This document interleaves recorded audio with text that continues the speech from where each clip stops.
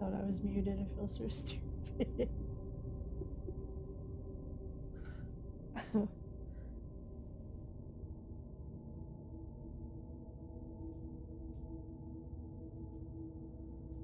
don't know.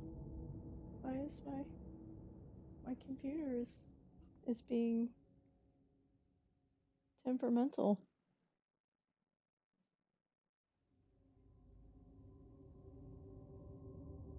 Oh my gosh, did I mess up? Oh. I'm so sorry. This is not starting out well. Let's try a refresh. Maybe that'll help. Oh, what the fuck? Okay. There we go. I can actually see the chat now. That's great.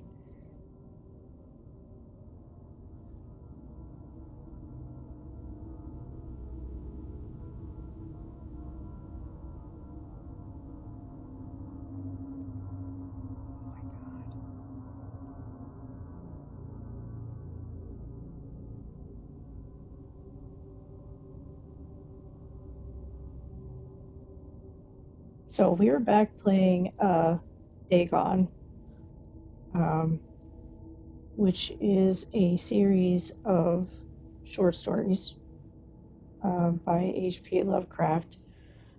This is the second in the series that we're doing. It's called What the Moon Brings. And sorry, I had to take my sweater off because I keep having hot flashes. It's so embarrassing. What the Moon Brings is a short, little-known short story. Okay, that seemed a little redundant, but all right. A story written by H.P. Lovecraft in June of 1922 and published a year later. With this free DLC, we wanted to thank all the players who have supported us since the game's release.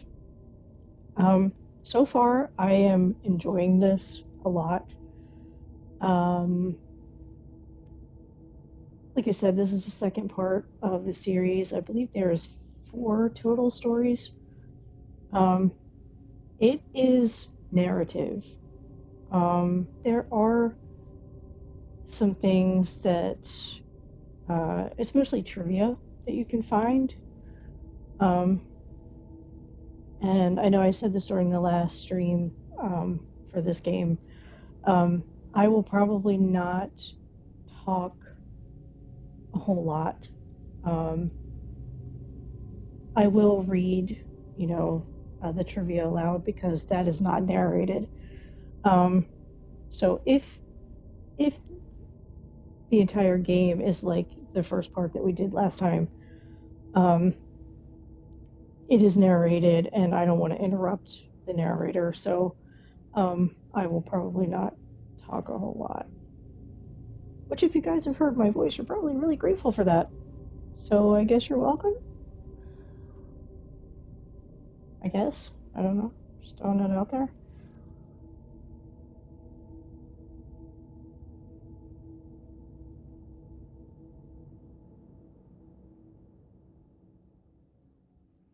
Um,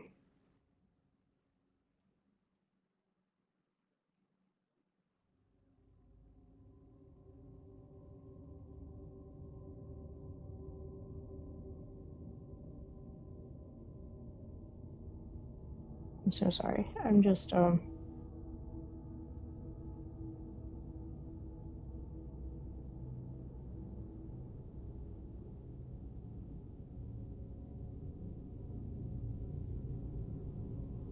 typing. Sorry.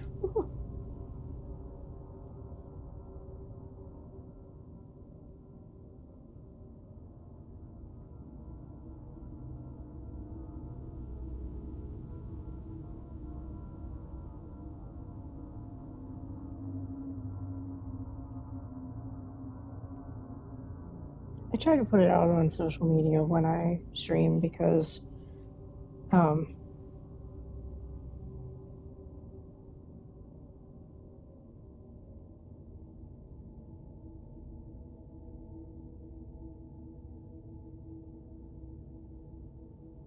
wait, what?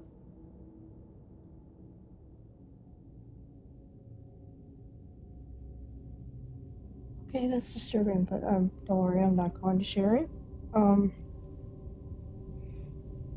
Anyway, I'm sorry. I try to put it out on social media when I stream because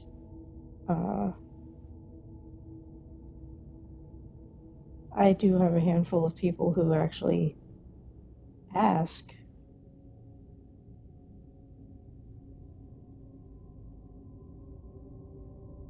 I don't know why, but I appreciate the fuck out of them.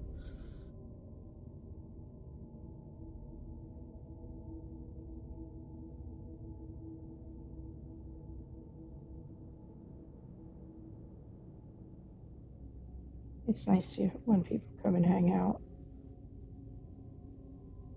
And I apparently don't know how to spell my name. Look at me, killing it.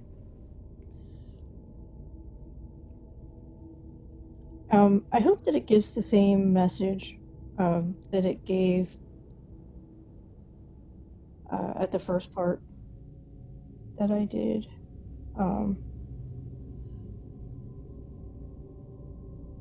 We'll see. But in the meantime, let's see what the moon brings. I hate the moon. I am afraid of it. When it shines on certain scenes, familiar and loved, it sometimes makes them unfamiliar and hideous. I can see that.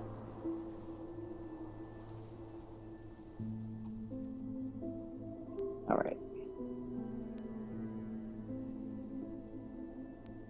Oh, that gives us a very small window to work with.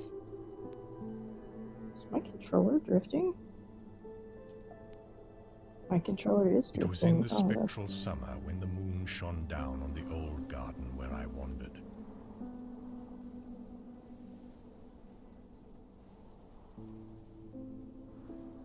It's kind of pretty. The spectral summer of narcotic flowers and humid seas of foliage that bring wild and many-colored dreams.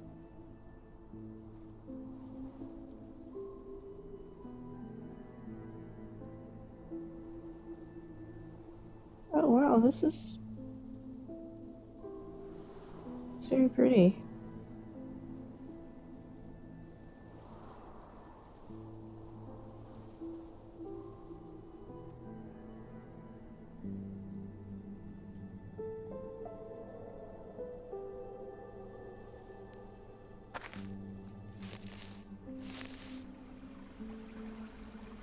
And as I walked by the shallow crystal stream, I saw unwanted ripples tipped with yellow light, as if those placid waters were drawn on in restless currents to strange oceans that are not in the world. Wow.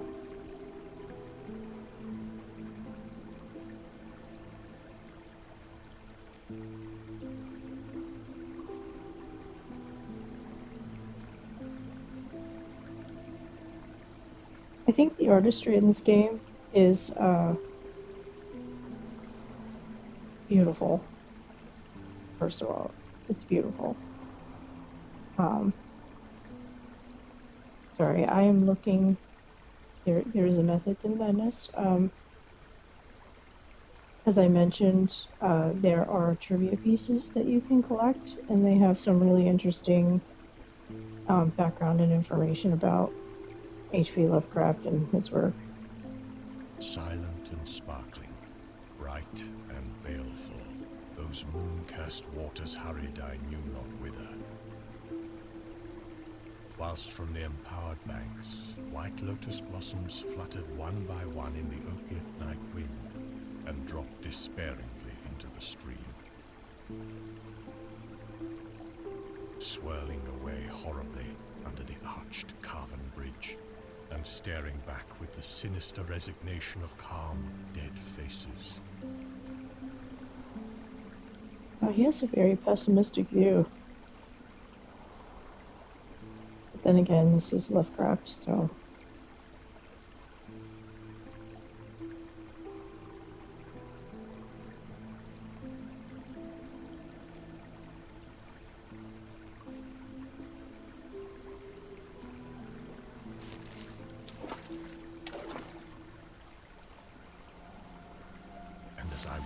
the shore, brushing slipping flowers with heedless feet, and maddened ever by the fear of unknown things and the lore of the dead faces.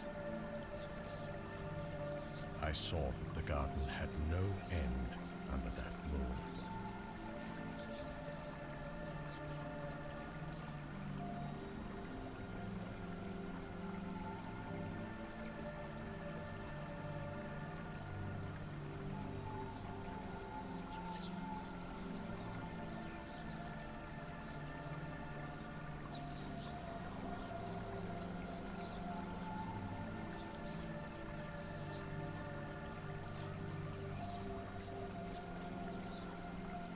I guess there's nothing to find here.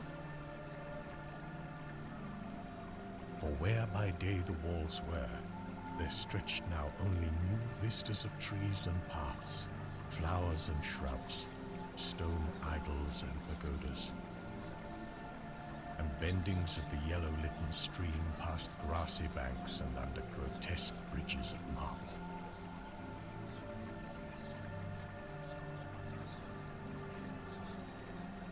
And the lips of the dead lotus faces whispered sadly and bade me to follow.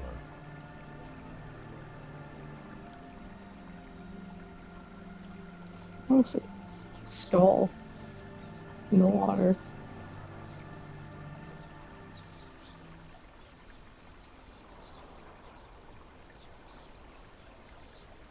Let's see where we go next.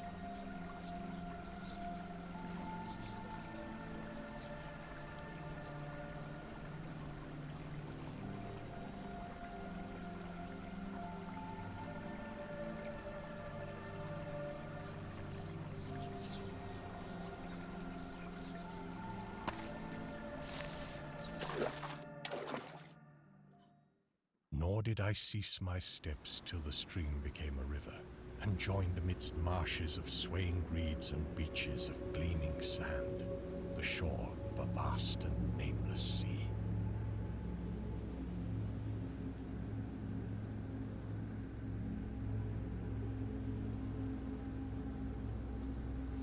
Well, that kind of looks like the monolith from, I mean, not the monolith, but the mountain from the last part, or the first part. Look at the sky. I mean, they just did such a fantastic job. I think this is amazing to look at. Upon that sea the hateful moon shone, and over its unvocal waves weird perfumes brooded. And as I saw therein the lotus faces vanish, I longed for nets that I might capture them and learn from them the secrets which the moon had brought upon the night.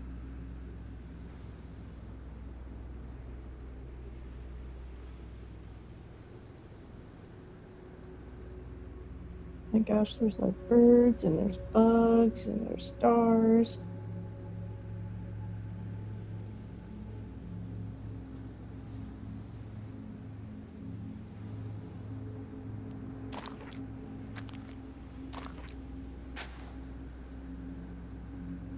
But when the moon went over to the west, and the still tide ebbed from the sullen shore, I saw in that light old spires that the waves almost uncovered.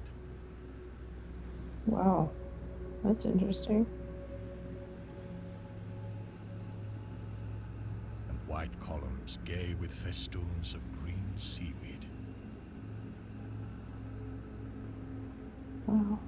And knowing that to this sunken place all the dead had come, I trembled and did not wish again to speak with the lotus faces.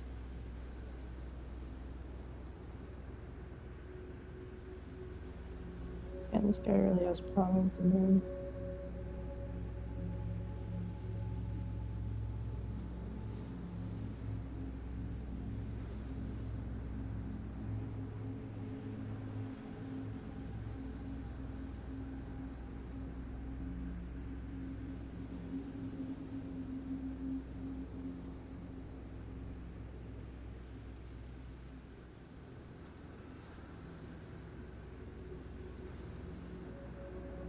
Mhm.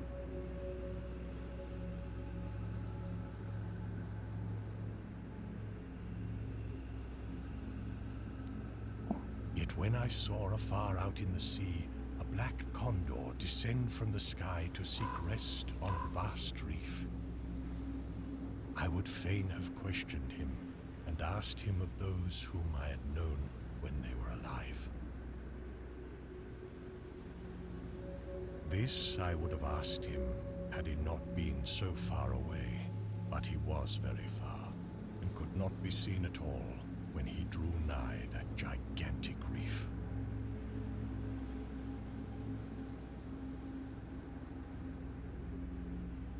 Oh, that is far.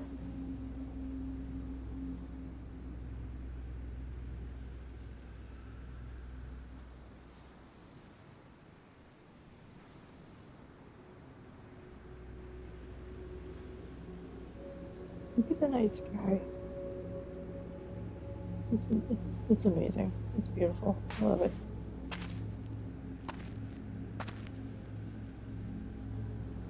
So I watched the tide go out under that sinking moon and saw gleaming the spires, the towers, and the roofs of that dead, dripping city.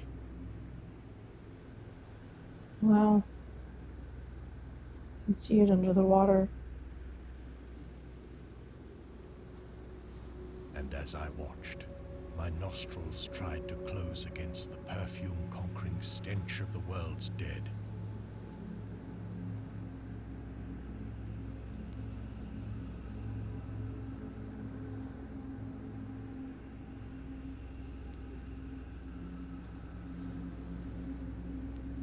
Well, I guess we don't. For truly, in this unplaced and forgotten spot, had all the flesh of the churchyards gathered for puffy sea worms to gnaw and glut upon. Oh, scrumptious. That's terrifying. And also kind of gross. Over those horrors, the evil moon now hung very low, but the puffy worms of the sea need no moon to feed by. No, I would say they don't. And as I watched the ripples that told of the writhing of worms beneath, I felt a new chill from afar out, whither the condor had flown. Oh As boy. if my flesh had caught a horror before my eyes had seen it.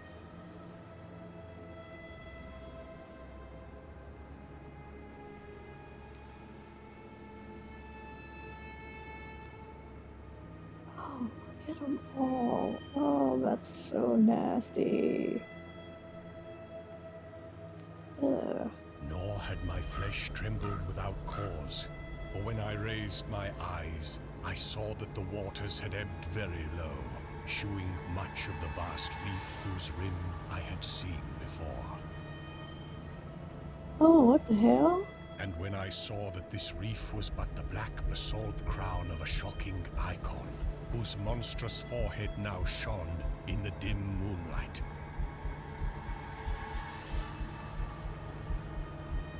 Oh, and whose what? vile hooves must paw the hellish ooze miles below. I shrieked and shrieked, lest the hidden face rise above the waters,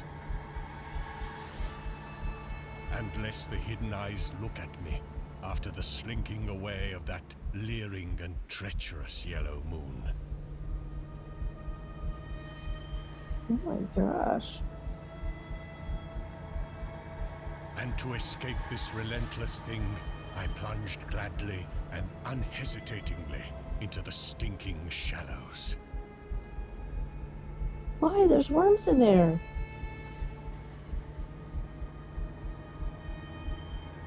No, I'm not going. No. Why? I don't want to be worm food.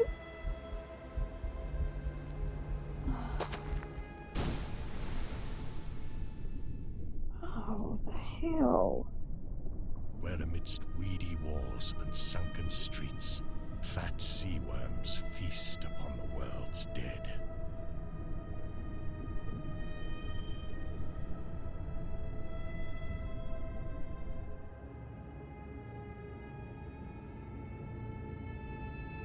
Wow. Thank you for playing. We hope you enjoyed this little journey into the world of Lovecraft's nightmares. And I got an achievement, so go me. However, I did not get any of the trivia. Oh, because there isn't. Okay.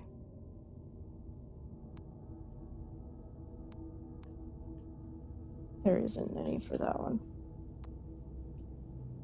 I was going to be so disappointed.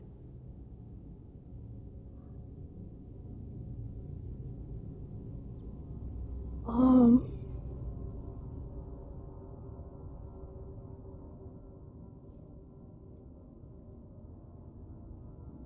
let's see.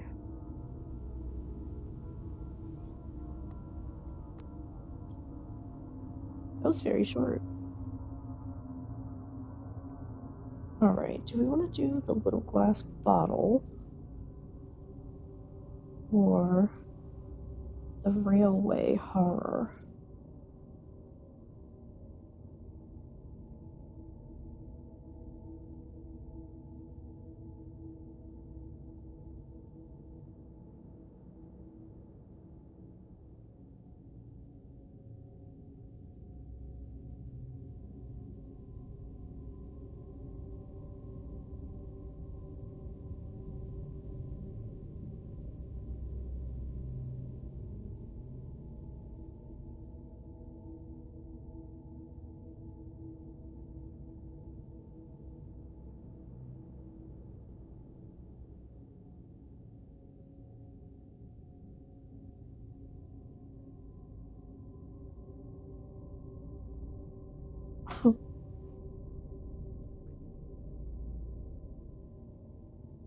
Alright.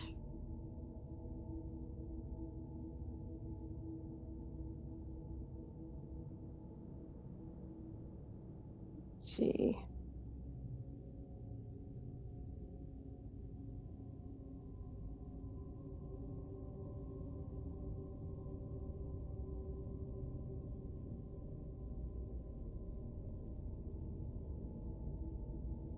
Hmm.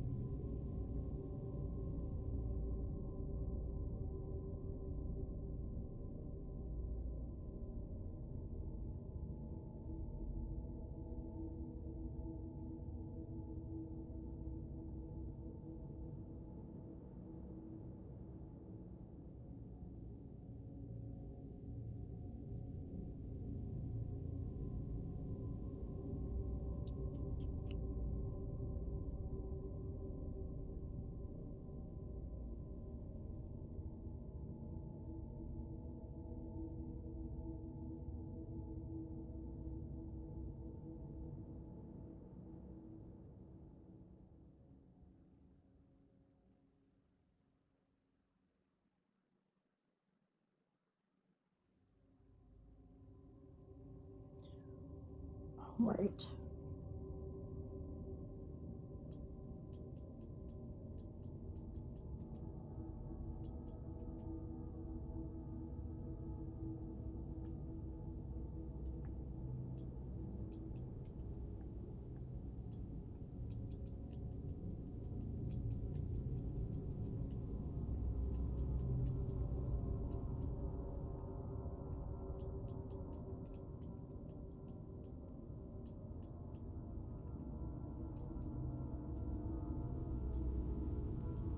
Oops.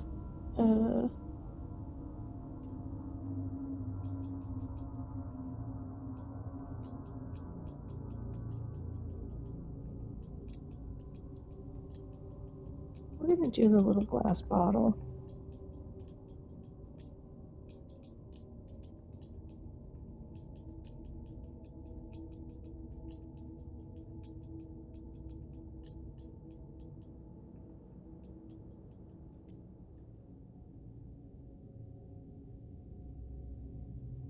'cause why not?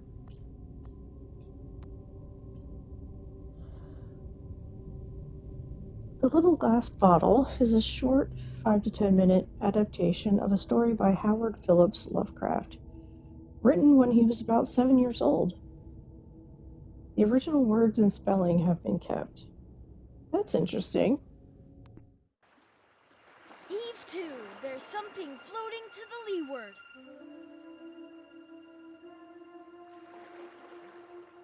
Well, this is different from the two previous parts. The speaker was a short, stockily built man whose name was William Jones. He was the captain of a small catboat in which he and a party of men were sailing at the time the story opens. During the game, you'll encounter interactive elements. Some of them will allow you to continue your journey. Others reveal interesting facts about the original short story, its historical background, and the author. Some of the trivia is hidden. In order to find these secrets, focus your eyes and look for the elder sign. Okay. So that being said,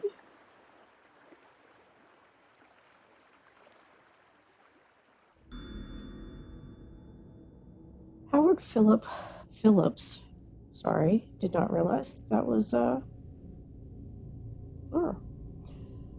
Howard Phillips Lovecraft was born on August 20th, 1890 at 9 a.m. in Providence, Rhode Island. The exact date when The Little Glass Bottle was written is unknown. Young Howard probably penned it in 1896 or 1897. It was first published more than 20 years after his death as part of the anthology The Shuttered Room and Other Pieces, 1959.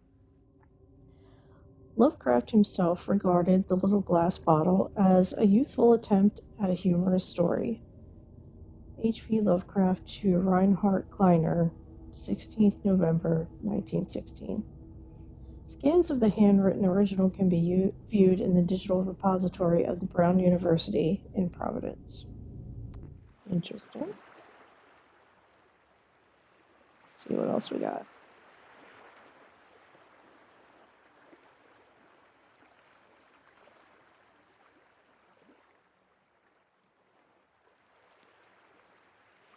Aye, aye, sir, answered John Towers, and the boat was brought to a standstill. Captain Jones reached out his hand for the object which he now discerned to be a glass bottle. "Nothing but a rum flask that the men on the passing boat threw over," he said. But from an impulse of curiosity, he reached out for it.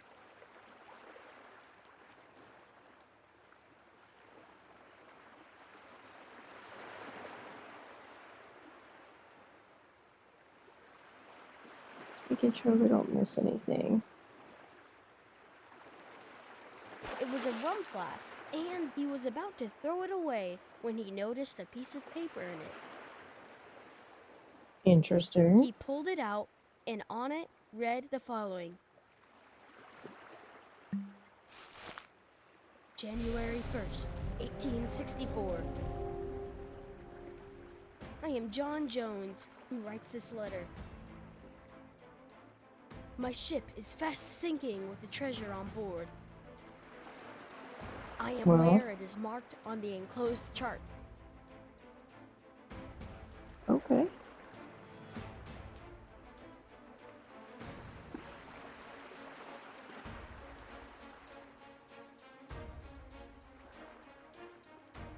I like how the music picked up. Captain Jones turned the sheet over, and the other side was a chart. On the edge were written these words: Dotted lines represent course we took. Towers, said Captain Jones excitedly, read this. Towers did as he was directed.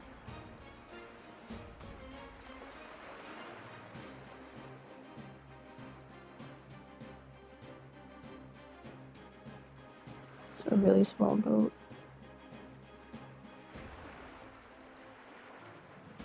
I think it would pay to go, said Captain Jones. Do you? Just as you say, replied Towers. We'll charter a schooner this very day, said the excited captain. All right, said Towers.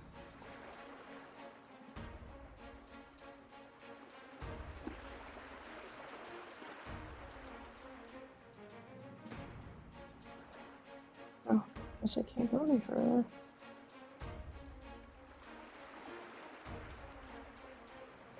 Guess we're going that way. So they hired a boat.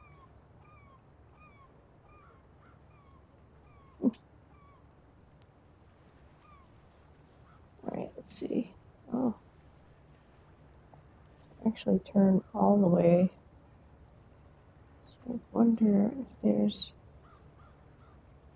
anything to discover. Oh, there is. There's the lighthouse.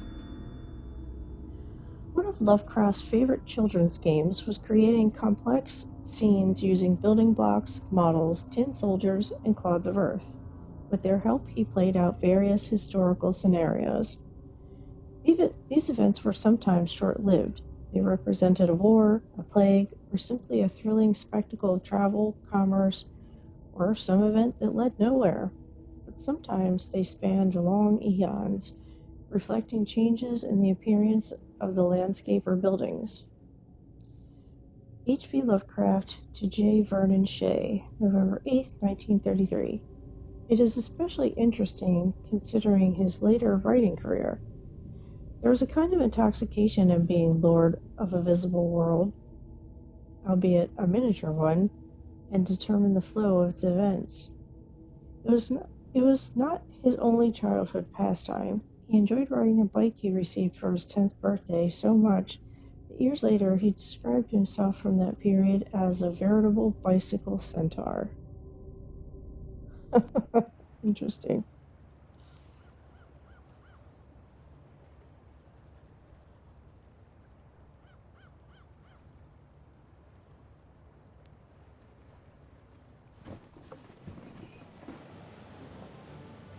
And started off governed by the dotted lines of the chart. Okay.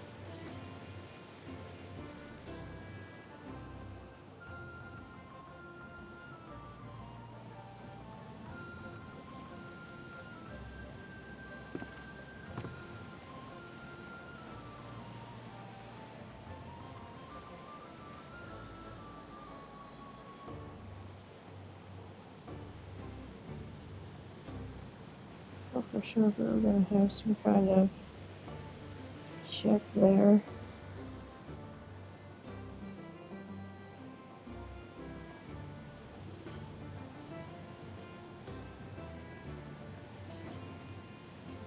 Is that a cannon? Oh my gosh. Make sure we have all of the materials.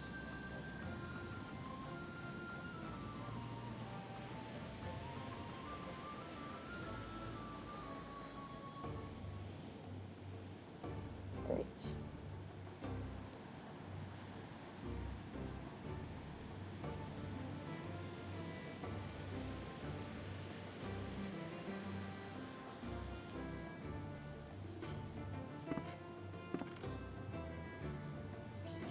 In 4 weeks, they reached the place where directed. Nice. Only took him a month.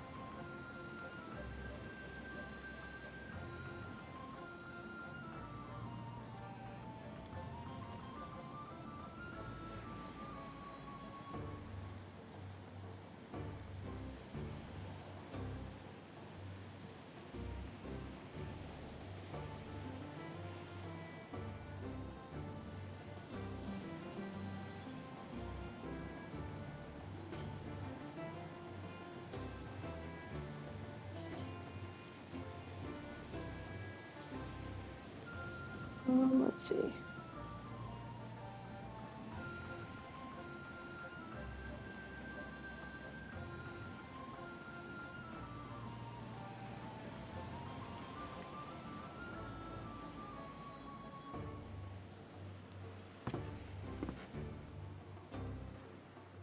and the divers went down. Oh, hell no. Oh, what have I done?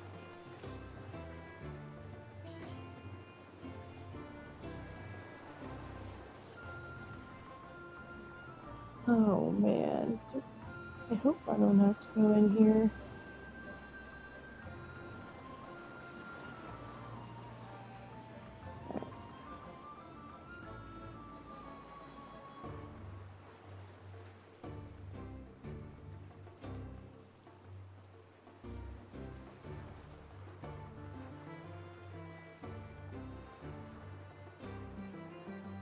Okay, but where is it?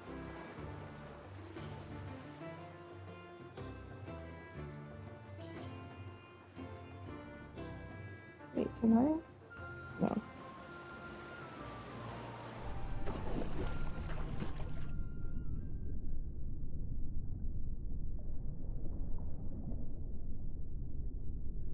How the fuck?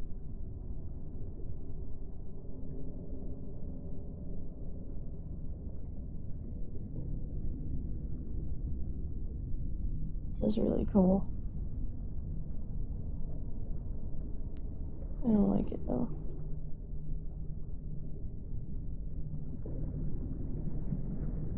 Oh, what is this?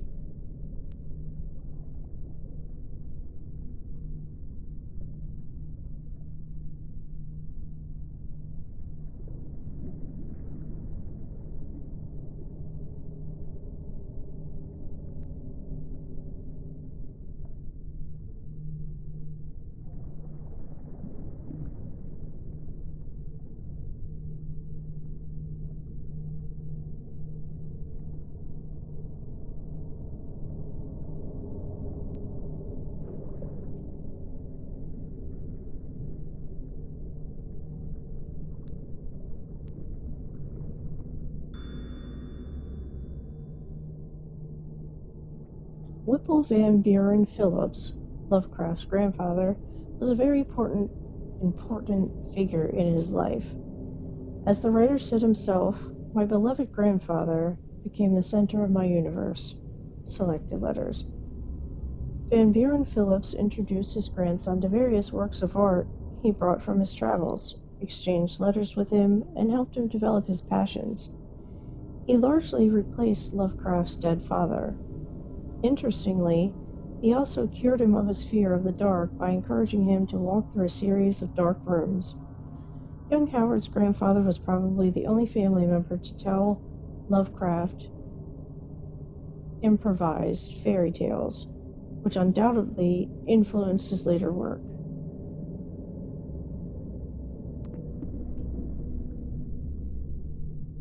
Oh, that's not scary at all.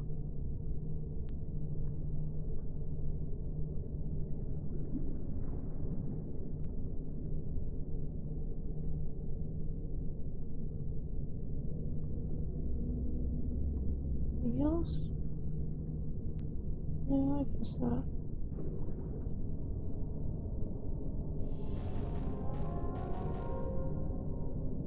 Oh, what? There are shovels down here?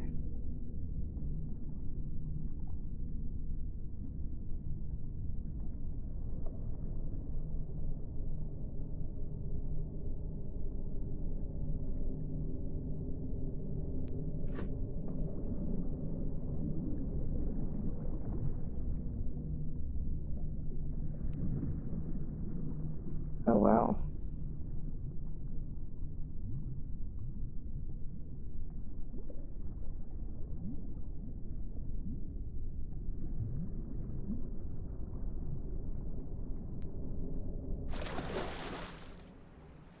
And came up with an iron bottle. Yeah. An iron bottle.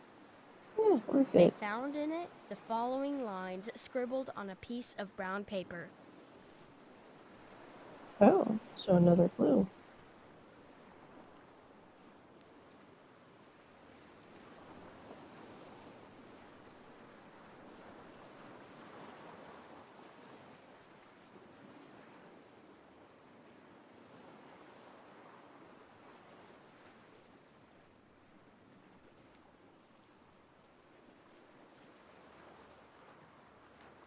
I guess that's all there is.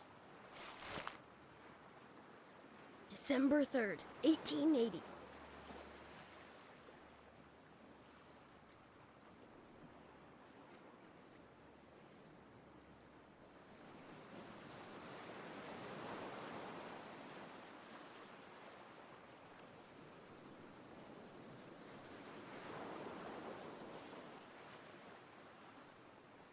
Oh. December 3rd, 1880. Dear Searcher, excuse me for the practical joke I have played on you, Wow. but it serves you right to find nothing for your foolish act. Well, it Wow. does, said Captain Jones. Go on.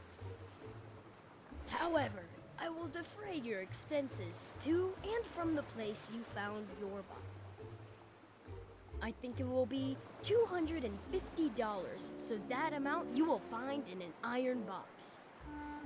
I know where you found the bottle because I put this bottle here.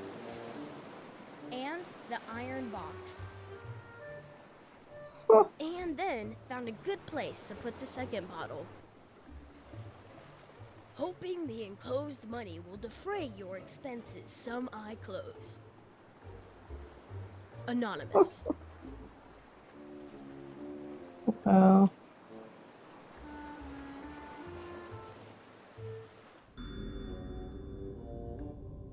There are a few puzzling elements in the little glass bottle. For example, the number $25 is 25.0.00, which is not a typo, as this amount appears in the text 3 times. It's not entirely clear why Lovecraft decided to write out the number this way and what he meant by it. While publishers and translators interpret it in various ways, in our opinion, he most likely meant $250. The map used in the game replicates the original version drawn by Lovecraft for the story. Did you notice that the land marked on it is signed as Australia? A simple typo, or maybe young Howard was already creating his own lands and unknown islands in his imagination. It's also puzzling that the dates in the letters in both bottles are almost 17 years apart.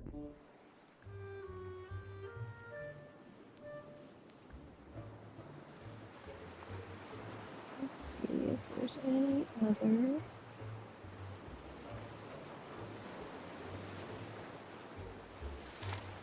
I'd like to kick his head off, said Captain Jones. I bet. Here, diver, go and get the $250.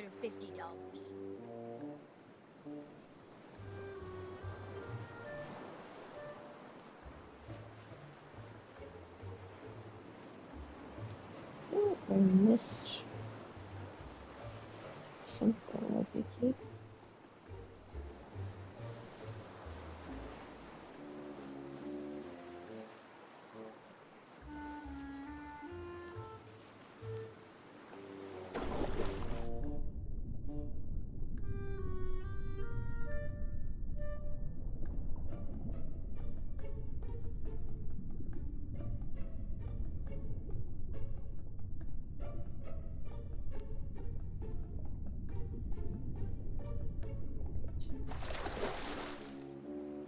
In a minute, the diver came up bearing an iron box. I think it was probably a little bit longer than a minute.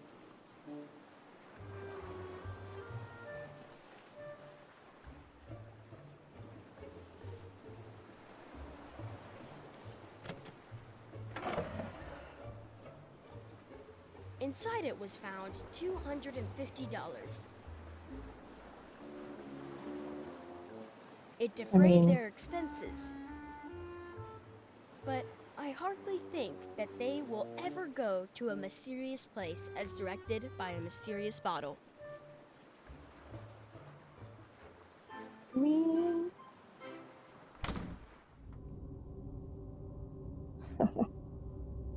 Thank you for playing. We hope you enjoyed this little trip into the world of Lovecraft's childhood.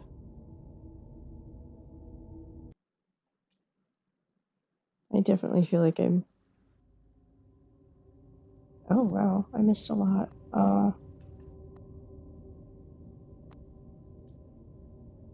You can unlock all trivia in this category, but you won't get associated achievements. You'll still have to find them during the game. Do you want to continue? Yes. Okay, so we found... Alright. The family legend. There is an interesting legend about one of the offshoots of the Lovecraft lineage, the Musgraves. They were in possession of a 14th century chalice, most likely from Syria or Egypt, called the Luck of Endenhall. Legend has it that the goblet belonged to some fairies who happily drank from it at the St. Cuthbert's well. When curious people suddenly appeared there, the fairies escaped, abandoning the goblet. Then one of them shouted out a warning. If this cup should break or fall, farewell the Luck of Endenhall. Fortunately, the chalice survived, and you can still admire it in the V&A Museum in London. This legend has been reappearing in pop culture over the years, ranging from an old German ballad through the name of a pop rock band to Banga. Interesting.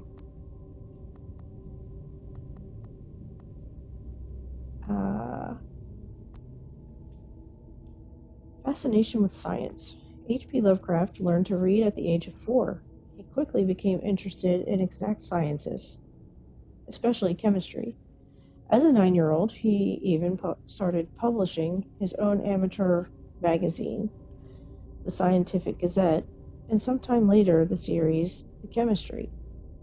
Around 1900, the future master of horror developed an interest in Antarctica and began writing treatises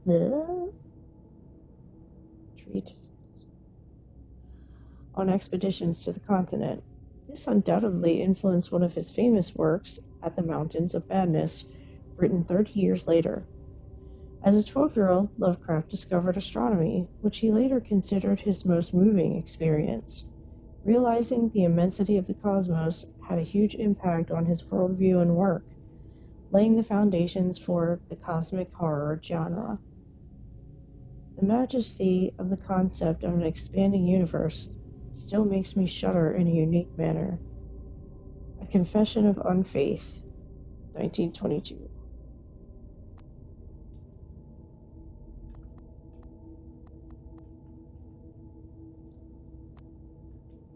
Literature.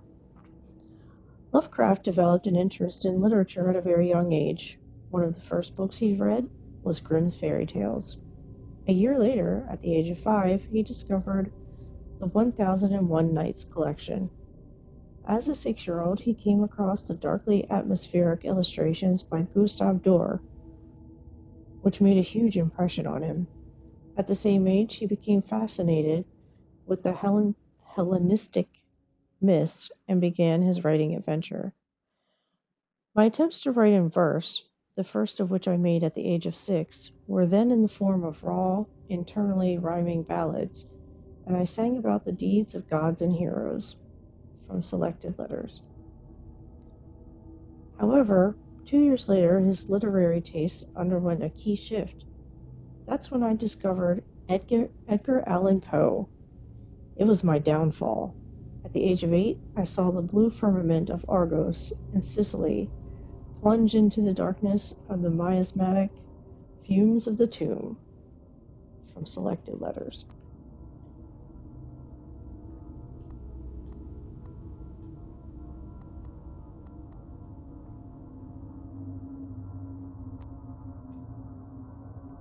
Abdul Alisred. I may or may not be pronouncing that correctly. Influenced by 1001 Nights, Lovecraft started using the pseudonym Abdul Alisred. Al-Hazred. Don't know how that's pronounced. And persuaded his mother to take him to all the Oriental curio shops and fit him up an Arabian corner in his room. H.P. Lovecraft to Robert E. Howard, 16th January, 1932. It is not entirely certain whether the pseudonym was created by the young writer himself or invented by the family lawyer Albert A. Baker. The name Abdul Al-Hazrad is certainly very well known to lovers of the Cthulhu mythology. Nicknamed the Mad Arab, Abdul was the author of the Necronomicon, the infamous forbidden book of secret knowledge, and has been mentioned by Lovecraft in various works. Later, Howard became very fascinated by ancient Rome, which resulted in the adoption of another nickname at the age of 7, El Valerius Masala, which he used during games. Oh, that's cool. I did not know that.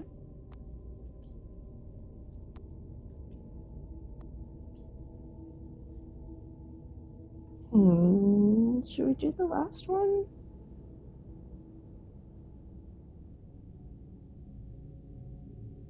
Maybe?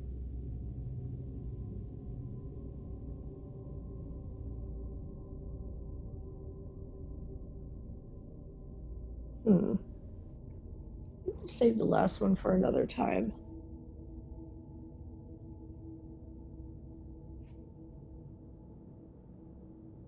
I think that might be a good idea.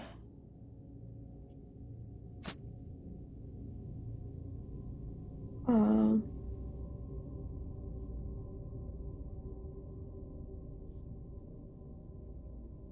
time is it?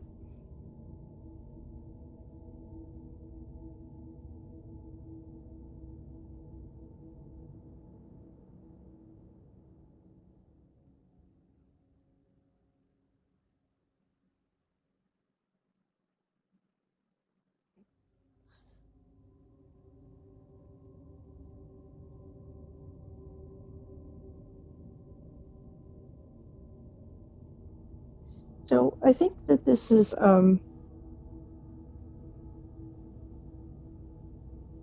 it's interesting, but it's also, I think it's very well done. I love, I can't stress this enough. I love the artwork.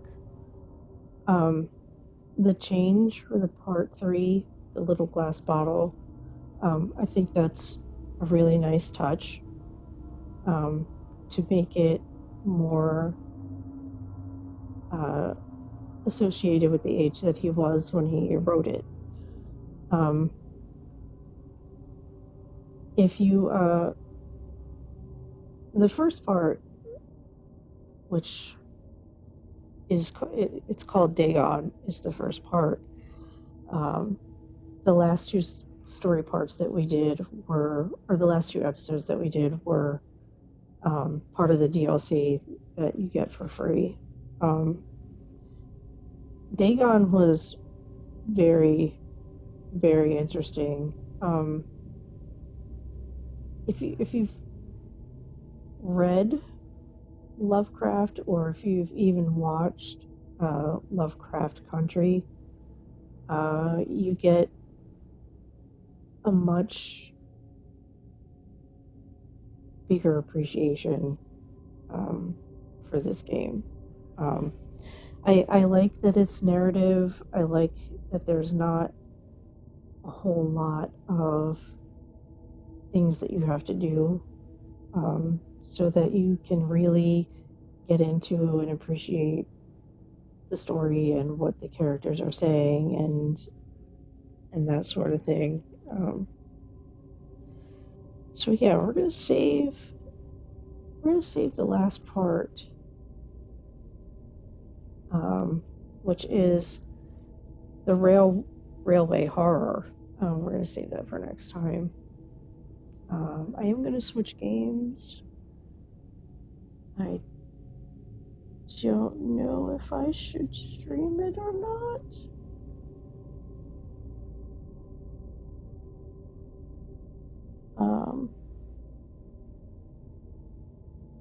But yeah, so far it's been pretty interesting.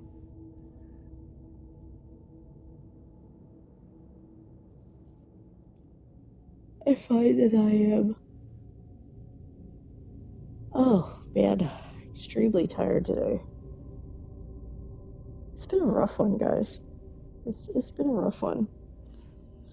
Like, I don't know what your week was like, but I spent like the entire week just not sleeping well, and not sleeping at all. And it's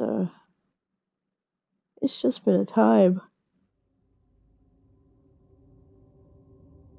Oh, I feel terrible because I was kind of, and you probably noticed, I kind of was dozing off a little bit. So I apologize. But anyway, thank you guys for stopping by. Tomorrow will be a long stream. I haven't decided what we're gonna play yet, but we're definitely going to play something good. I just don't know what that something good is yet. Anyway, thank you guys so much, and have a good night.